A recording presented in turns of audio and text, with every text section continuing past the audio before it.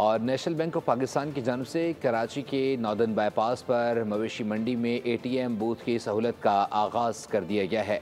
इस सहूलत के अलावा डिजिटल ऐप के साथ पेमेंट भी की जा सकती है और इससे रास्त पेमेंट से ताजिर, ख़रीदार और व्यापार फ़ायदा उठा रहे हैं।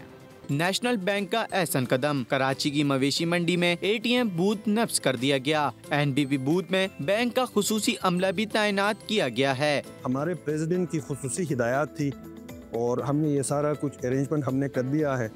यहाँ पे अकाउंट डिजिटली हम खोलते हैं। ATM सहूलत से व्यापारी खुश दिखाई देते हैं। कहते हैं ATM से लेन देन में आसानी पैदा हो गई है। उसको भी सहूलत है, वो पेमेंट निकाल कर ATM से हमारे खुद दे देते हैं। नेशनल बैंक की तरफ से यहाँ पे ATM भी लगे हुए हैं और दूसरा राज सर्विस के थ्रू जो है हम अपने कैश कैरी ना करें और उसके थ्रू भी हम जो है ऐप के थ्रू पैसे ट्रांसफर कर देते हैं। इस सहूलत के अलावा डिजिटल ऐप में रास्त पेमेंट से खरीदार और व्यापारी फायदा उठा रहे हैं। सब्सक्राइब करें और बेल दबाएं ताकि कोई खबर रह न जाए।